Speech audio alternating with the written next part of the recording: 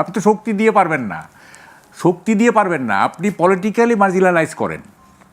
যেখান থেকে আমরা গিয়েছিলাম যে নির্বাচন দ্বারা নির্বাচিত সরকার গঠনীয় সাধারণ জনমনে কিছু শঙ্কার জায়গা তৈরি হয়েছে।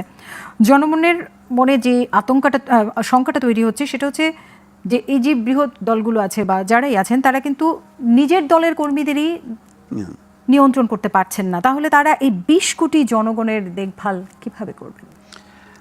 না, সেই সংকটটা তো আছে। এই যে কামাল ভাই যেটা বললেন যে এই যে সাংস্কৃতিক সংকটটা রাজনৈতিক দলগুলো নিজেদের ভেতরেই গণতন্ত্রের চর্চা নেই।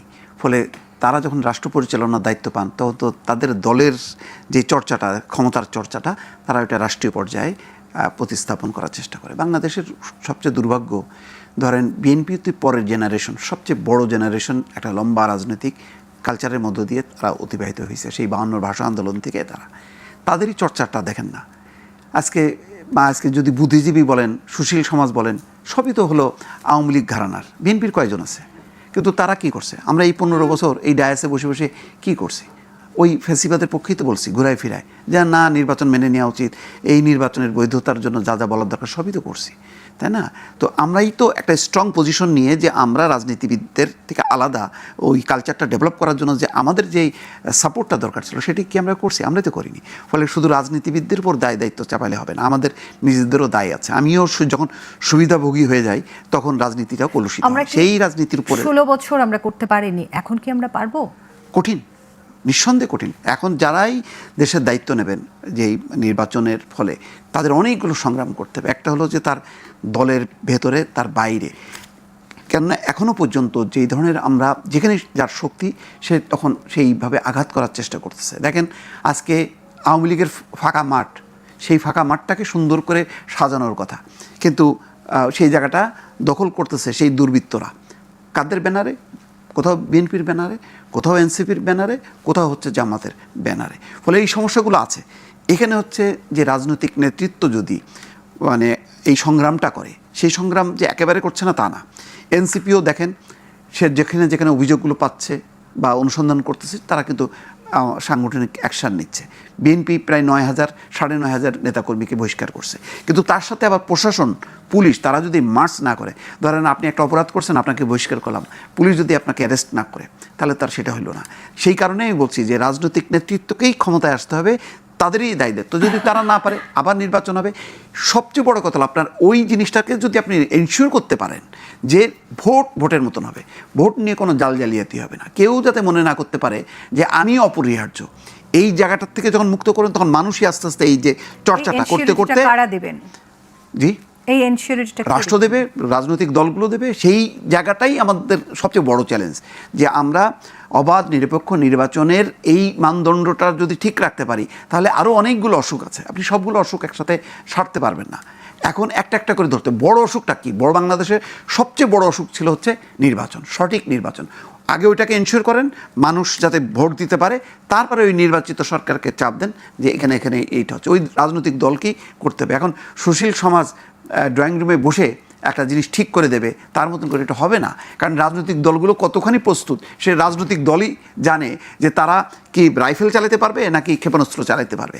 সুতরাং রাজনৈতিক দলগুলোকে আপনি তার কাঁধের উপরে যদি বিশাল একটা সংস্কারের দায়িত্ব চাপাই দেন ইউরোপ আমেরিকার মডেলে, সে পারবে না। তাকে আস্তে আস্তে আগাইতে হবে। কারণ আমরা অনেক দূর পিছিয়ে গেছিলাম ভাই। বাংলাদেশে সুষ্ঠু ভোট, নিরপেক্ষ নির্বাচনটাই নেই।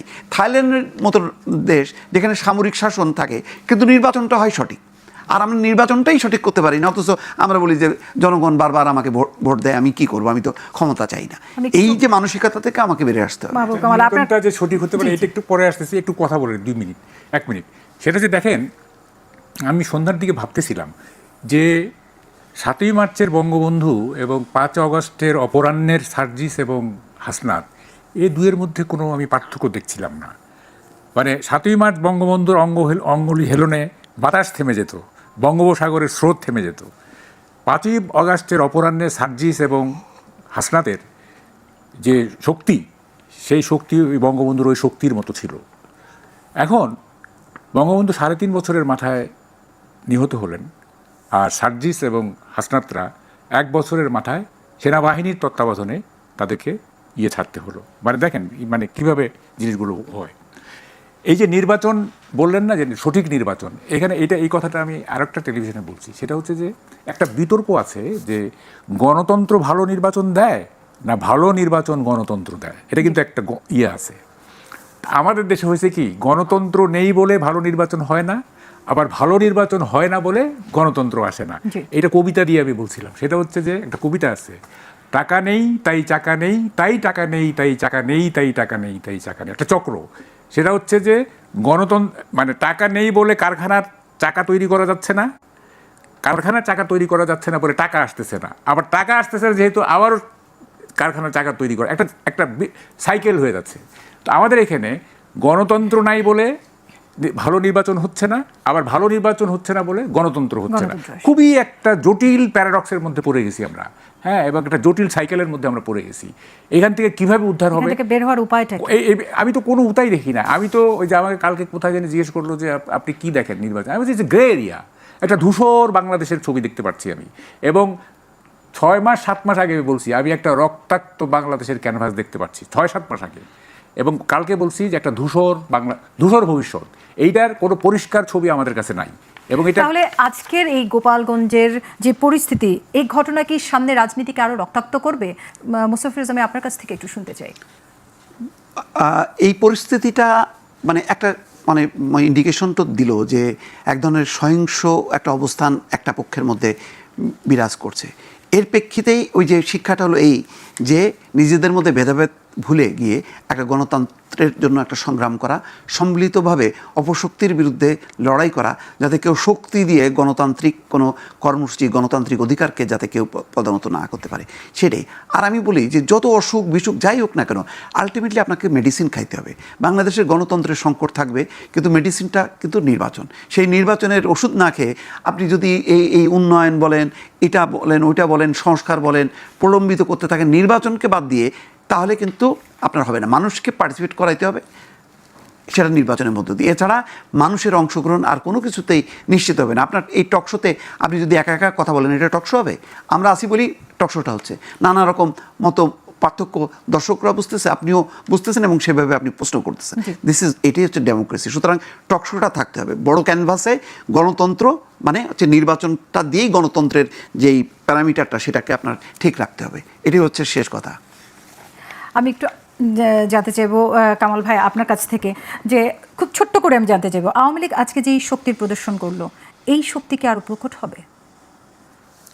এই শক্তি মানে দেখেন, এটা আমাদের দেশে সব কিছু কেন হয় জানেন, বাই ডিফল্ট হয়। যেমন আমি কেন এবার বিএনপিকে ভোট দিচ্ছি, যেহেতু আওয়ামী লীগ খারাপ কাজ করছে। কেন আওয়ামী লীগকে ভোট দিলাম, যেহেতু বিএনপি খারাপ করছে। সব কিছু বাই ডিফল্ট হয়। এখন গভর্নমেন্ট যদি ফেল করে, সরকার যদি ফেল করে, অন্য রাজনৈতিক দলগুলো যদি ফেল করে, তাইলে তো মানুষ স্বাভাবিকভাবে বলবে যে এরা ফেল করতেছে, তা আওয়ামী লীগের কী দোষ, তাই না? আওয়ামী লীগের কী দোষ? তখন ধীরে ধীরে মানুষ আওয়ামী লীগের প্রতি সিম্প্যাথেটিক হবে। আপনাকে আওয়ামী লীগকে তো পলিটিক্যালি মার্জিনালাইজ করতে হবে। আপনি তো শক্তি দিয়ে পারবেন না, আপনি পলিটিক্যালি মার্জিনালাইজ করেন। হ্যাঁ, কারণ শক্তি দিয়ে পারবেন না কেন? আওয়ামী লীগের তো দেখলেন তো, গোপালগঞ্জে এত শক্তি, অন্যান্য জেলায় এ না হোক, এর 50% তো আছে বা 20% আছে। তো you cannot eradicate Awami League by force, you have to eradicate Awami League, marginalize Awami League by politics. আপনাকে উন্নততর পলিটিক্স দিয়ে আপনাকে একই জিনিস যদি মানে একই দামে কিনতে হয়, তাইলে তো মানুষ মানে কি বলে ডিসাইড করতে একটু সমস্যা হবে। হ্যাঁ, যে কোন দোকানে যাব আমি। সো ফলে গভর্নমেন্টের উচিত, পলিটিক্যাল পার্টিগুলি উচিত বেটার পলিটিক্স দিয়ে, যদি আওয়ামী লীগকে ইরাডিকেট করতেই চায়, এই এক্সিকিউটিভ অর্ডারে আওয়ামী লীগকে ইরাডিকেট করা যাবে না, নির্মূল করা যাবে না। আওয়ামী লীগকে নির্মূল করতে গেলে আপনাকে বেটার পলিটিক্স দিয়ে নির্মূল করতে হবে। তা না হলে কিন্তু আওয়ামী লীগ আবার রিহ্যাবিলিটেড হবে। আপনি এটা ধরে রাখতে পারেন।